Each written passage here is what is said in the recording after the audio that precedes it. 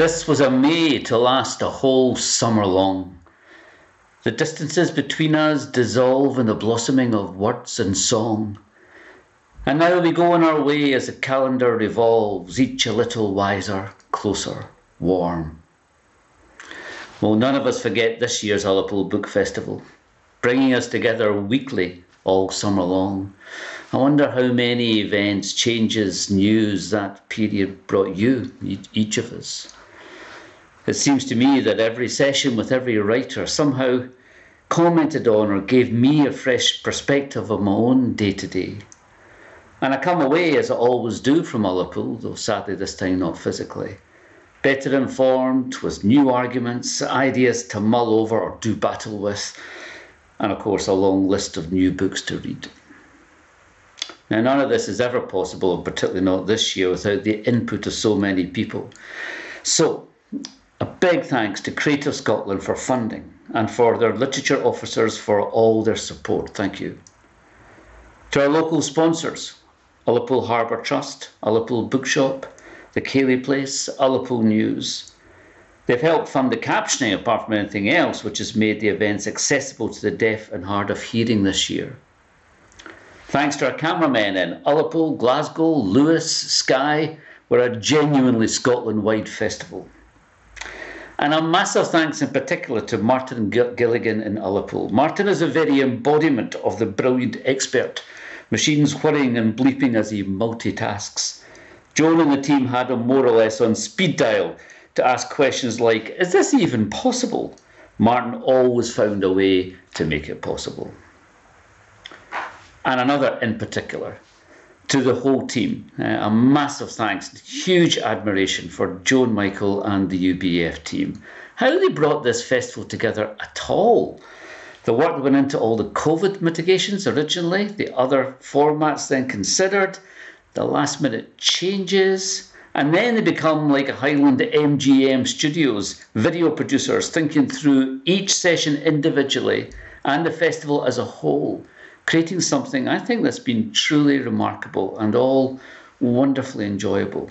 So thank you so much, Joan and the team. But thank you, the people who come along to our sessions, the readers, the most important people of all. Particularly this year, those of you willing to pay for events in the midst of freebies from all corners. We need that support to put on next year's festival. And also, by the way, for your very positive responses, the chats and commentary after each session. I feel as if we've all been in touch over this whole memorable summer of 2021. And please, we will be back next year. Put it in your diary. Let's all be hopeful. The 6th to the 8th of May. When the blossoms are back on Ullapool trees, we'll gather from every corner, shake hands, swap tales, dispute and sometimes agree, and even wiser yet, closer, warmer. So, see you in the bookshops, the cake tent, the bonny banks and the bar. Mine's a double.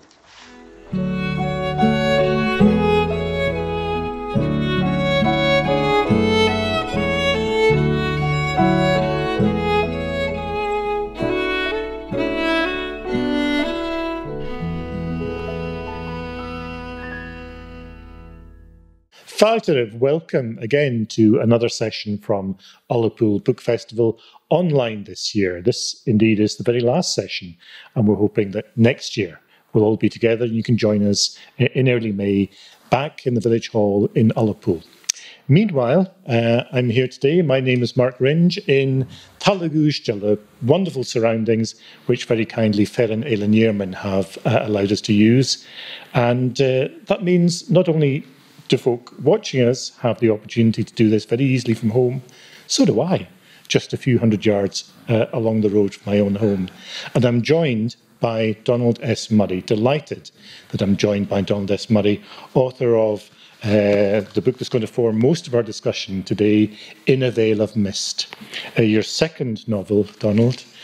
You've really developed a following as a writer of non-fiction, as a poet, as a dramatist too, but you really got a tension with your first novel in 2018 that it was published, looking at the aftermath of the Isle disaster as the Women Lee Dreaming, very highly regarded, and winner of the Paul Torday Prize as well. In a Veil of Mist is getting a lot of attention to the second novel. And no wonder. I'm not surprised at all that In a Veil of Mist is getting attention. It's a cracking story that it's the heart of it. This is a wonderful mystery that it's the heart of it that gives you the kernel for this story. Yes, and it's a mystery that I still don't know enough about actually to write a book about, which is one reason why I wrote a novel rather than looking at it in a factual way. I heard about it as a young lad when I was going home in the school bus to Ness, and I think I also heard about it in the Gibson Hostel that somebody talking about the fact they had done tests, biological tests of Tolstoy. In Lewis in 1952, and questioning how or why that had happened. And not knowing many details. I think I have relatives in Tolstoy, so I may have also heard a little about it from that line, of information. But I loved the vacuum of it.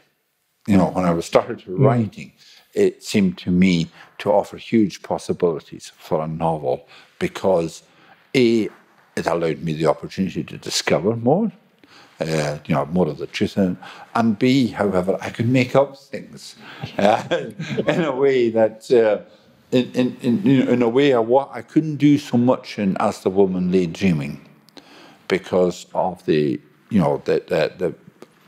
awful event that was at the centre, the sinking of the Isle there, the loss of 200 men. So you couldn't really play around too much with the facts of that, because that would have been quite, disrespectful, to the community I come from and also to those who had died. But in The Veil of Mist, I could use my imagination, and that I thought was a great strength in the book. Use your imagination, but also use your knowledge, your insight of a community, because this book is as much about Lewis in the 1950s, life in Lewis in the 1950s, as it is about Operation Cauldron. Yes, it is. I think probably even more so. It was a time of difficulty for the island. There was the aftermath of the war. There was, the lingering effects of the Isle disaster, which, even all that time still had an effect. There was effects of emigration. But there was also the fact that there was no jobs there for an awful lot of the people. And the young men particularly were forced to leave, and they worked, like my dad worked in the hydro dams, around the north of Scotland. Others worked in the whaling. There were others who were merchant navy seamen. So there was a kind of dispersal of people, and it was, an island that had no, reason to recover its kind of self-confidence, because it just didn't have young people there to do that. Just at the point that you might have thought a community might begin to rediscover its self-confidence that had been so damaged by the aftermath of the Isle, and of course the aftermath of that, the decades of aftermath, is what As the Women Lay Dreaming so vividly brings to mind and illustrates. This was a time, 1950s, which were grey and austere but optimistic at the same time. And yet one of the most appealing aspects of the story, I think, to me is the story of the women who are left behind in so many senses. Yes, jilted in one particular case, and there were stories of men who went across on the Metagama full of promises that they would return and find their old girlfriends again. But of course that never transpired in certain cases. There were I know, for instance, my next door neighbour, who actually his wife followed him out there, and they spent a couple of years there together. So there were, true love stories along with, the bleaker ones. But, we're talking about a time, and I think we forget is, the aftermath of a war is always a time when people are very, very downbeat. They've lost loved ones. So, for all these reasons, optimism hadn't returned to the islands. The other thing that I was very conscious about writing is the balance, and I think rightly so, the balance of As the Woman Lay Dreaming was with the menfolk.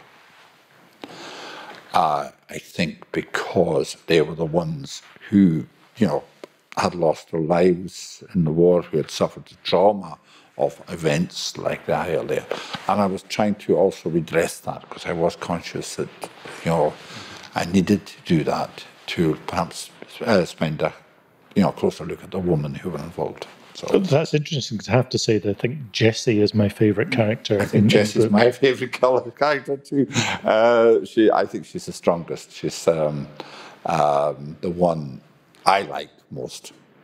And just the whole business of her going out in listening to Gaelic song and picking up Gaelic song, traversing around the moor and the beaches, picking up what she could find there to help her, sustain her life.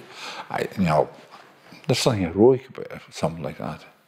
And what she finds on the beach is kind of where the story begins. It is, yes, and that is, that's a false incident. That's an incident I made up. Sorry, but to find,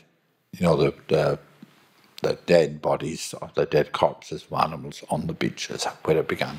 So will I just read from that? Please do. Part? Thank you. It was the dead fish, she noted first. The silvery skin of ling, a clutch of cold fish tangled among seaweed, other fish stranded on the sand. Too many to be normal or natural. Jessie had stood there for ages watching them, bemused at their arrival on the shore. And then there was the day a couple of seals were washed up, stretched out on the edge of the tide, their flesh squabbled over by gulls, torn and shredded. She had never seen anything quite like it in all the years she had stepped on either Gary Beach or the Trivor, looking for flotsam the Minch had washed up on the tide. Things like nets swept from the deck of a fishing boat, a shattered tree trunk that might have floated in their direction from one of the rivers in the Highlands, even once a thick Gensi stripped, perhaps, from a fisherman's back. These gifts were always useful. A net could be draped over the top of a haystack. Timber might be used for a roof or even to weigh down a stack of oats or hay. A Gensi could be washed and mended, given to one of the many bachelors in the village. They were always in need of clothes and sometimes had no woman in their lives to help provide them. A few hours and the click of knitting needles at the fireside and a quick repair could be done. Clothing provided that would keep them warm in winter. But the fish and seals were strange. The fact that they had shoaled up dead in such numbers, the way too there hadn't been a storm a night or two before, as there so often was on this Edgers coastline, bringing all sorts of arrivals to the coast. Yet odder still was what Jessie encountered a day or two later. She saw it from a distance, on the border of sea and sand, shifting back and forth on the tide as if it was breathing. It looked like a dirty rag of cloud that had been toppled to earth, though more solid and substantial than that. Like the mound of fish and seals the other day, the gulls were swooping down to feed on it, calling out and tearing at it with their beaks. She made their way towards the heap, tightening her scarf against the chill of the wind, bracing herself against its force, gasping as she came closer to what the sea had left on the beach.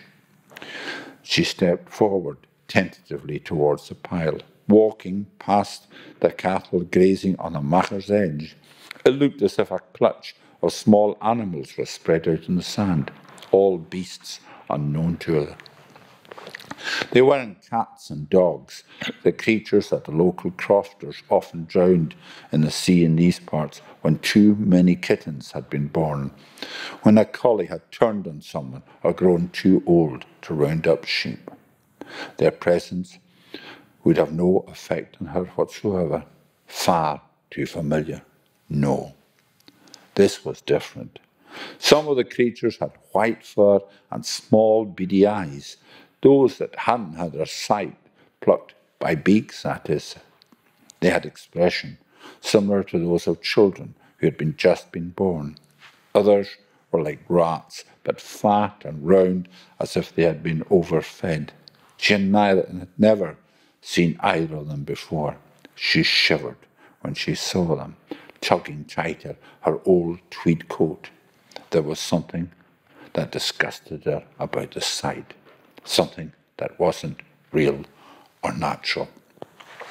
So she finds out later, after speaking to the local bus driver, that they were, in fact, monkeys and guinea pigs that had been used by this boat, the Ben Lomond, which was out in Tulsta Head at the time, to measure the effects of, various poisons. I mean, the ones that I always remember. I forget the names of some of them, but certainly pneumonic plague and bubonic plague were among them. So, I mean, several. Everything from brucellosis to bubonic plague. Plague, yes. I'm sure sends a shiver through anybody's spine. Of course to it hear does. about it. Yeah. So let's talk a bit about Operation Cauldron. Yes. 1952, for several months in 1952, March a boat called Ben Lomond is just offshore, very close to shore, off Tulsta in Lewis. Yes. And they also had a similar event in 1953, which was Operation Hesperus.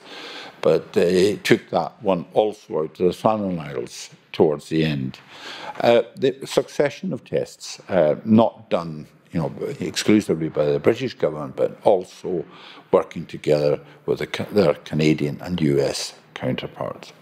Now, these tests, went on, everywhere. Bahamas were also, where a number of these tests, which I think were collectively known as Pandora. The whole thing was collectively known as Pandora. And just a little before Gruinart. Yes, that was in 1942. Mm-hmm. That was in the war years. But these were in 1950s. So Gruinart is also, I mentioned that in the book too. So also, we could go on. We could talk about that they made tests on the New York subway and the London Underground, saying to find out how far and fast bacteria could spread if you left it on there. You could talk about tests they did in places like Nevada, Canada, some of the Caribbean islands. They were going quite. I think all the governments were going quite mad at this time, in the response to the end of the Second World War. So they were doing it all over the place. And they were not unique. It wasn't just these three governments. The Weimar Republic, which I always thought was one of the good guys. They were doing tests together with the Soviet Union in Russia, to find out the effects of mustard gas and other, things. So that was happening all over the place. And this, of course, is the context of the 1950s, the Cold War, the fear of Russia, and how far advanced Russia is in this very same field. And I think, again, to be fair, Russia was the most advanced country at that time. I mean, Novichok is it's a product of these times, and it's still operating. And of course, the Weimar Republic also had something to do with the development of Novichok, which is kind of really strangely interesting. So that's the context. and I think it was after Mussolini and his fascist government kind of broke the rules in Ethiopia by gassing so many people, that other Western governments, and Eastern governments decided, well, we'd better do the same in case anyone does that to us. And understandably so. And understandably so. I mean, we can, occupy the moral high ground and say this should never have been done. But, part of me agrees with that, of course. But given the context of the time, it is understandable they did these things, whether you or I like it or not, You could say that, there would be some of my Hebrideans will say it's terrible they did it off Tolstoy. Yes, it's also terrible they did it in London. They did it on the beaches, near Porton Down. They did it everywhere. Yeah. That is one of the interesting issues to address in the book, in that it's easy to look at this as a contrast between government seeing somewhere like Tolsta, just off Lewis, as far away, distant, out of sight, where things will not be seen.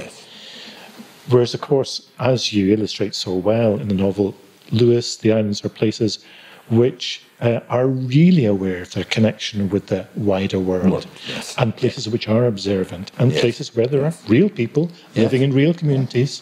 And this was happening right in view of people in Tolstoy. And yet it was happening elsewhere. Yes, it was, but there's a logic to that. I grew up in a small village there, and the binoculars were quite a feature of everyday life. If you want to do anything secret, you don't do it in a village. Do it in a city. You do it in a city where nobody notices. It's quite. I think it's quite a remarkable thing that they did this in Tulsa, because you wonder, did any of them come from an island? Did any of them come from a small community? Because it was definitely spotted, and it would have been spotted in any similar community, including Alt Bay, where Grenard came along, where also the Grenard experience occurred. Indeed, and yet the story kind of got forgotten. It did. Well, again, in whispers, I think there were occasions. I know, for instance, Donald Stewart, who was the MP, raised it up as an issue, and I'll go into the context in that in a minute. And also, as did his successor. As did his successor, Colin MacDonald. I think pressed quite. And it was Colin. I actually quizzed about this. When I met him once, the poor man was subject to interrogation from me about you played Jeremy Paxman. Because at that time I was thinking this would make a really good story. This would, and it's so unknown. But we owe all we know about it to Clive Ponting. It was Clive Ponting who was the civil servant who was a favourite of Margaret Thatcher. Thatcher's, yes, and in fact got off with, in the sense the Belgrano thing could have actually been much worse for him. He could have ended up in prison. Because it was him who revealed what really had gone on with the Belgrano, which was not sailing towards the exclusion zone. And which had not just been discovered moments before. No, that's exactly that. And he found this crumpled file based on Operation Cauldron.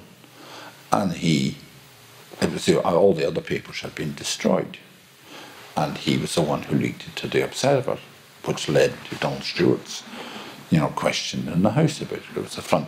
It became the front page story, of course, in the Observer one day. I think I have a vague memory of seeing that or hearing about that. It may even have been then I had first heard the story. People talking about it at the time. But it is remarkable, absolutely remarkable, and the lack of their knowledge of the ways and wilds of villages like Tolsta. Sent it to this day. Indeed. But another irony of this is, let's talk about the Corella, the trawler, which was passing through from Fleetwood fishing port near Blackpool. Yes. the people of Fleetwood were the last to know about this story. In fact, it was somebody quizzed one of the crewmen, the fishermen, about for a BBC programme after the Don Stewart question. Now it's just in the 1960s, probably 1970. Actually, it would have been 1970s. And so that's when the poor crewmen from the Corella in Fleetwood. Because we should explain what happened with the Corella. First of all. Yes. Well, the Corella went through. It was going up to fish in Iceland. Now I've changed the story slightly. It was going up to fish in Iceland when it went through where the tests were occurring. It ignored the red flag, the danger flag flying. The crew ignored all the alarm bells ringing. They just kept on going on the way up to Iceland. One wonders who was on deck, and what kind of state of mind he was in. He failed to notice this complete uproar happening all around him. So that was that was what happened. And sailing through a cloud of vapour from these tests. Yes. And the fishery protection vessels and other vessels followed them up when they went fishing in Iceland and kept an eye on them in case anything happened. And then for the first number of months, their health of the crew were being checked up. I think the local doctors were informed. And they were occasionally followed. Because there was the real fear that it could spread. They would spread this plague in Blackpool and around. We can understand that better when we think of the reaction in Salisbury to the Novichok attack there. The panic in the authorities as to what could result from that. Well, and that's quite understandable. What it is. As I say, in that. But the reason, of course, the plague didn't happen is that their way of spreading it didn't work. So we're actually very, very lucky that there was a kind of incompetence, at the heart of this operation. And it's initially Portendown said this was a success. Yes, it did. And a year later they said, no, it didn't. Didn't work, yes. And I would have thought the very proof of it not working was the Corella. Yeah. Indeed. And it is, but as I say, they were followed, and because if it had kicked off in Fleetwood, then it would have been Blackpool, would have been Manchester, would have been Liverpool, the whole of North West England would have fallen victim to this the Corella. And to explain the creatures, the guinea pigs and the monkeys that Jesse sees in the novel. Yes. On the shore, having been washed up. They were using, I think they used 3,500 guinea pigs and about 100 monkeys. Monkeys, yes. Yeah, I think a smaller number of monkeys were used, but they were put there just to find out how they worked. And then their spleens were examined on the dead body. When the dead bodies by the scientists, that was the scientist's job. I learned an awful lot more about this entire thing than in some ways I'd have liked to know. The full horror of it struck me. But that was probably true for many of those involved conducting the experiment, doing the dissections, those on board, as we see from one of your other main characters, John Herrick. Yes, he has a crisis, and I thought his girlfriend, of course, worked in a bar in Blackpool, but she comes from a very religious background. I saw her as coming from an evangelical Christian background, which, very, very literal in terms of the words of the Bible. And which is common enough in fishing communities. Very common in fishing communities. I mean, I live up in Shetland, and I'm very much aware that, it's got the largest Methodist community almost outside of England, and because in a sense, it's actually English fishermen who took their faith up to Shetland. So that was a very common thing. It's not so common nowadays, but in places like Fleetwood, the church would be very, very strong. And but I like the irony of using the most religious character in the book. Not to come from Tulsa, which is very, very free Presbyterian and free church, and we know that, but to make her an English lass. So that was a slightly deliberate ploy on my part. In many ways, it turned around expectations. But she loves animals, and that is the crisis. And John is very insecure about his own relationship with her, thanks to his own family history partly. But that becomes the crisis moment. He's constantly thinking of his insecurity, his inability to trust Lillian. Yes, and his contradictory ideas about what kind of woman she really is. But that allows his moral dilemma to crystallise. It does, yes. And both men I have in this book, and I've just Duncan. I've forgot Duncan's name for a moment. They're both very insecure about the relationships of women, and that's as I say, that is how it happens. And I have people, scientists on the boat, who give counter arguments to what they're doing. To also give, but who can live with it. And we all know people, who say, I don't agree with this, but in fact, the vast majority of humanity sometimes is like that. I don't agree with this, but I'm getting paid to do it. So I can live with the minor disagreements. But as with John Herod, it becomes more and more of a crisis for him. As time goes on. But there are a lot of things. Duncan, also the bus driver. I'd been in Gibraltar fairly recently, and this was also showing in my head. What I wanted was a small society under siege at war, to contrast with Tulsa. So that was also in my head. And Gibraltar does certainly figure in the book. Yes. Obviously, being in Gibraltar at the time of the Island Games, having a sort of a short residency there, wasn't it? Did help. But that's why I applied for it. It really, literally was a rock under siege. Yes, absolutely a rock under siege. But again, so I would try to echo in so many ways Gibraltar and Tulsa. They got the lighthouses, beams, and Tulsa crisscrossing each other and various things, including the searchlights in Gibraltar. And he is slightly at siege. He wants to, have a relationship with this woman, but he's terrified of the effect it's going to have on his mother, living with them.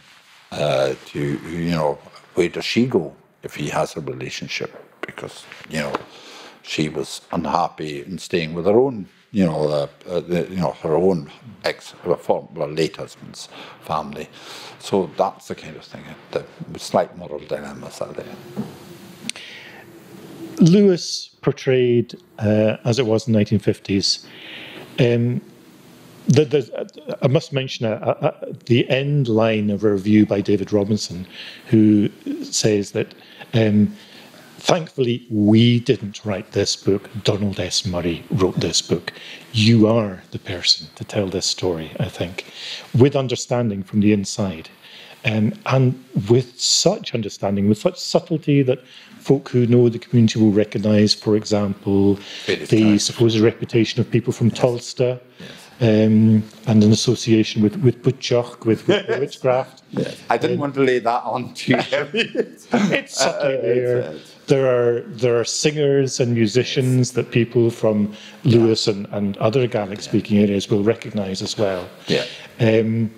But just the way of life, how things were, the 1950s, a time of religious revival in Lewis as well, which features in the book. Yeah. And that's done with understanding too. It's not viewed in a dogmatic, take a stance light.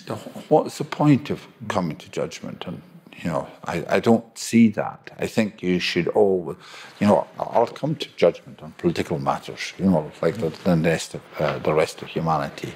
But even then, half of me despises myself for doing so.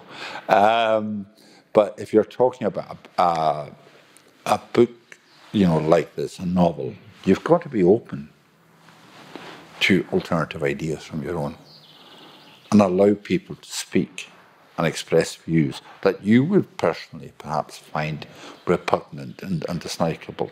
And that's part of it, to deal with that. It seems to me it gives people humanity. It provides people humanity. And you have to do that. It's a democratic way of writing. And I like that. Yeah. And it also allows you to understand how these characters, how Jessie, who sees the man she loves go off on the Metagamma in 1921 or whenever it was, and 30 years later is still writing letters that she will not and cannot send to him. Yeah. You understand how that can be and how she will behave. And even in international, I try in an international context. One of the things I did do was I deliberately, emphasized the Jewish people who were escaping from Russia at that time, because I wanted to make a clear distinction between, Hebridean emigres who were not forced out by, persecution and brutality in the way that these Russian Jews were. So one of the crew on the Ben Lomond is Jewish. One of the crew on the Ben Lomond is Jewish, and he makes that point. He says, one of the best things about living in Britain is, and Scotland in particular, is there's no history of anti-Semitism, at least not to the same degree as there is in France, in Germany, in Russia, throughout Europe. And that's what actually he thinks, that's what, justifies what he's doing. He thinks it's a much more moral nation through its treatment of Jews than any others, rightly or wrongly. But that's his perspective, and you just allow his perspective to stand. You don't question it. The other thing that really comes across very clearly is the detail of the environment and the bird life. I hadn't realised until recently just how interested you are in birds. I should have twigged when your recent volume of poetry was published as The Man Who Talks to Birds. Yes. And there's a lot of birds in the book. A lot of birds. I love birds. I came to Southdale when I was about 7 years old. Earliest, I think somebody asked me for condensation, for condensing information years ago. Just write down born and raised in Ness. I wasn't born in Ness. I was raised in Ness, from fairly early age. But I remember coming at the age of 6 or 7, and just the lapwings, Curragh, Vacantion Donmarte, the Vonchoch, seeing the lapwings rising up in the Merlin, being attacked by, we had Arctic terns in one of the lochs and that kind of thing. The swans and Loch Jeepital and geese, landing. And I still love that today. That's one of, when I go out for walks, I look at the plant life and I'm interested in the plant life, but I particularly love, the curlew, the snipe, all of these things. They enrich my life, and I thought one of the great things about the lockdown that we've just experienced was that it enabled us to see these things again. Yeah. It was fantastic. I just loved that. But no, I do love, and I think it is because I came to them late. I think if I'd grown up from, the year dot in this, I wouldn't have been able to see them quite the same way. But the fact that I came at 7 or 8. Just old enough to appreciate the contrast. The contrast, yes. I think that's it. But I just loved it, Yeah. And as well as the birds, as well as the environment, the plants, the names of the lochs and the hills. Mooryak has to get a mention. But music, songs in particular, are right throughout the book. Yes. the well-known Gaelic singer Hutton Donald, Yes. Hutton MacDonald, is mentioned. Several of Murdo McFarlane's songs Yes. in there, Yeah. and running like a motif through the book is the great Lewis Yes. homesickness song, Yes. Eilean Bic Down the Chuain. Yes. Again, I remember going as a young lad to the Ness Hall, and when I was growing up, and hearing these Gaelic songs, and I remember hearing Hodden. I think I heard Nahaganich also. In fact, I know I heard Nahaganich there years and years ago, and just listening to all these guys. I was taught by Duncan Morrison, who's the piano player too, and these people enriched not just my life, but I think the life of the community. I can't sing myself. I don't have that ability. My father was a presenter of psalms. He used to present psalms, so but he always used to justify it by saying, "Oh, Donald," he says, he would say, "Donald," he says, there was nobody else there that would do it. So even when he was chosen to do it, he was kind of diminishing his ability to do it. But that would have been. You never blow your own trumpet. No, yes, that's right. But I think he would have been very. Yeah, he would have been very quiet. He was a man that wanted to be invisible, I think, in a lot of ways. And I probably reacted against that when I was growing up. But no, music is very, very important to me. I always have something on in the car when I'm driving. Yeah. Thinking of the portrayal of Lewis in the 1950s, I'm remembering that a lot of really good writing in Gaelic about the 50s has come out from the likes of, again, from South Dell, Taramat Voxet, and Norman Campbell, and people like Fiona McNaught, Dr. Finlay, as he's known. There's really strong writing about the 1950s. To the best of my knowledge, you're the first to do it in English. I know. I was certainly, particularly, the Campbell brothers, they were strong. Alistair as well as Taramat. Alistair, Taramat, and Donald, who was up in, who became the principal teacher of English in Shetland. They were strong influences on me growing up. We used to, they stayed a few doors down from us. The families were, reasonably friendly anyway most of the time, I suppose. So they were tremendous influences on me, and they were influences by example. If you see people who are writing, but I've always felt blessed to have been brought up in South Dell. Because an astonishing amount of writing has come out of one small village. I do think it's, and this has gone on from, for generations back. A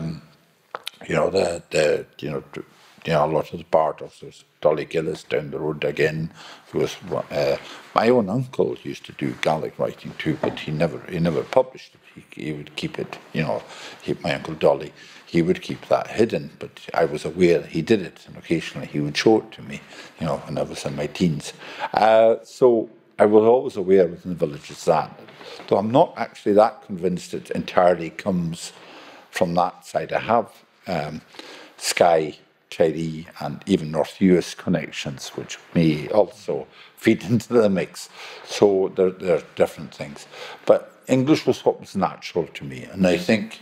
Although you do write in Gaelic as well. I do write in Gaelic occasionally, but it's 1964 was when I went to stay in Ness. And somebody I remember once saying to me, one of the local men, I thought one of the silliest remarks of all time, he says, Harold Dine Shaw Bring Biol Mustani Clus.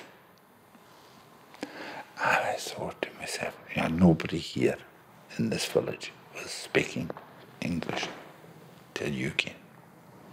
And what an astonishing lot of historical weight to put on the shoulders of an 8-year-old. Mm-hmm. Something else came, of course, in about 1964, 1965, that was far more important than Don Stephen Murray, and that was television at that time. And that, of course, I think transformed the language more than any other.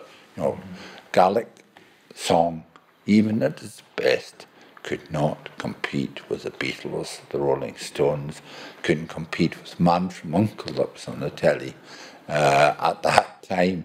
There was a kind of dimension to that that Gaelic didn't have at that time. And I think that obviously influenced me, and I couldn't help but being influenced by it. My mother was also, my father was a Gaelic speaker. My mother was also, despite the fact she came from Island blood, she didn't have Gaelic. So I think that also had an effect. Yeah. But it's, I think, long past time that somebody who is equipped to tell these stories does so in English. Just to quote Roger Hutchinson, no mean writer himself, he commented that you were one of the most accomplished and original writers to have emerged from Lewis in modern times, and there is stiff competition. Oh, there is stiff competition. There is absolutely no, and I think stiff competition helps. I've never been one that is so precious to think that I'm the only one who does it. I think the more competition there is, the better. It brings everybody up. It gives you something to aim for. So I'm very, very fortunate. There are people in the community like Kevin McNeil, Ian Stephen, who Ian Finlay MacLeod, two, young writers coming up. That are there.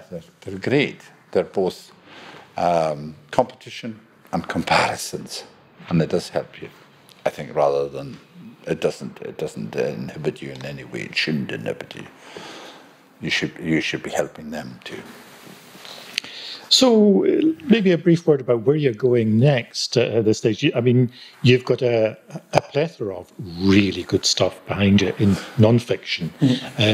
Things like the dark stuff about Pete, the Guga Hunters. I get more inquiries about the dark stuff. Weaving songs and all the rest. I get more inquiries about the dark stuff than any other book I've ever written, which is really strange, because it hasn't sold as many copies. But I get more inquiries about that than any other book.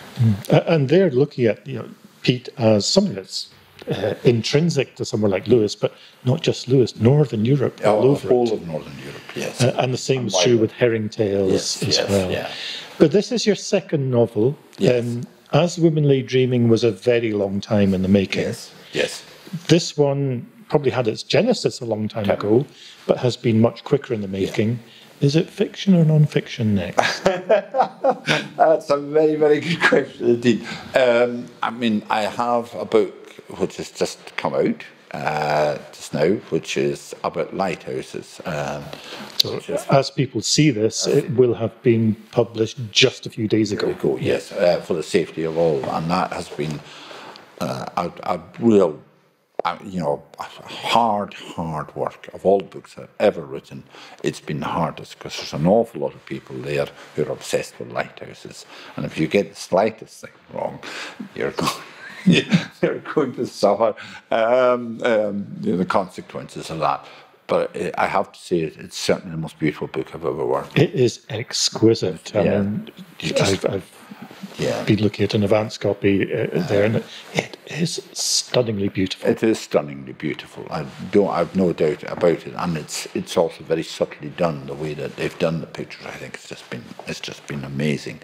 I've got a commission for Bloomsbury to do, which I'm supposed to get done this year, which is, it's been quite a challenging book because of the, coronavirus. This book has been much more difficult than, it would normally have been. And I'm also about 36,000 words through a novel at the moment, which is a very eccentric novel. I've decided to write something really quite eccentric. Do you want to say anything about that? Or you want to keep it totally top secret? It's partly set in the Faroes and Denmark, even though there are Western Irish connections running all the way through it.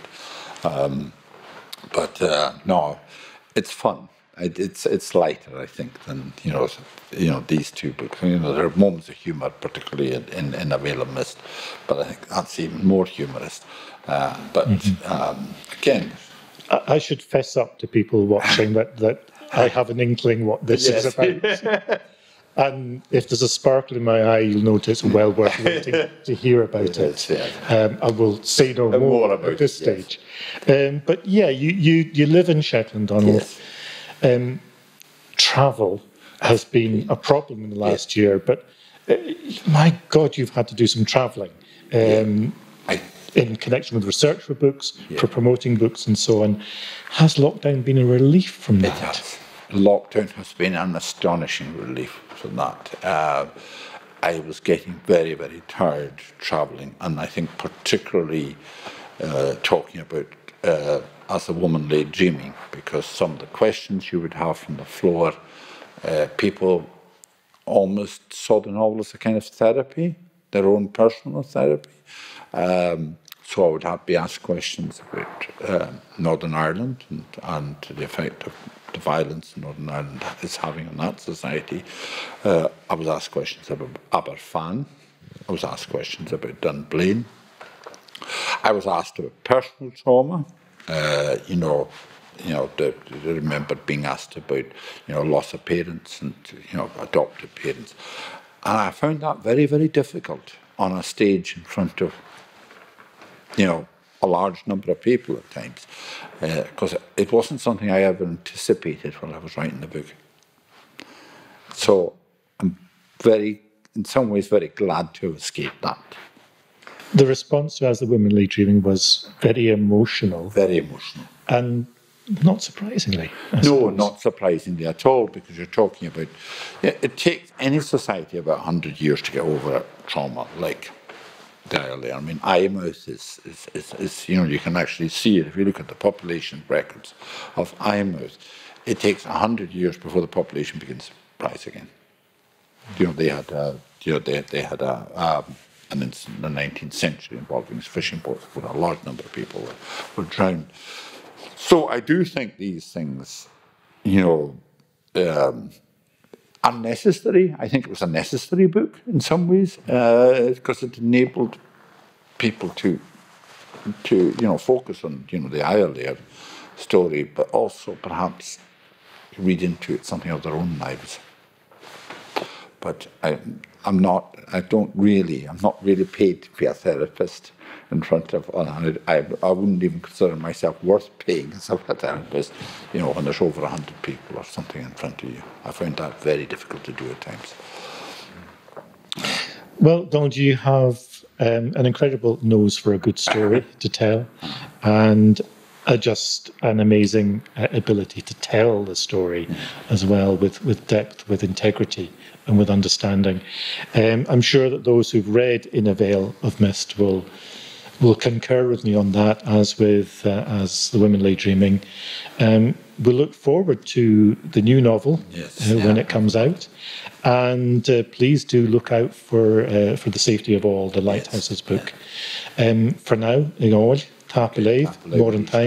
thank you very much, and may I also make a point of thanking Ferenela Nierman for giving us the use of the beautiful building that we're in today, Talagústal, to the whole committee, Joan Michael and her committee at Ullapool Book Festival, for this wonderful online series of events every Wednesday that has been going on through the summer. But we all look forward very, very much to being together in Ullapool next May. Please do look for details online. And my thanks to Alistair Mackay for filming this today. Tap levula.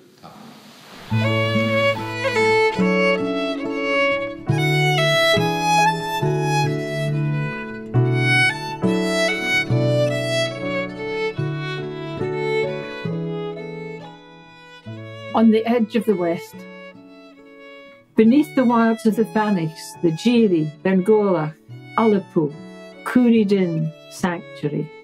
Where the skies rise further, where the heather scores the west, Summer Isles, Hebrides. These houses painted white, a metropolis whose streets you can count on your fingers, and the pier, its tongue stuck out, looking salt from the air. Here are friendly, welcoming people. Fish suppers, a ferry black and white, flapping flag, silver sparkle, coconut broom. Here, it's the scale of what blows through you as the wind burls the islands, sieving winter's thoughts from our heads. And all along Market Street, the bloom of cherry blossom, making a Japan of Ullapool.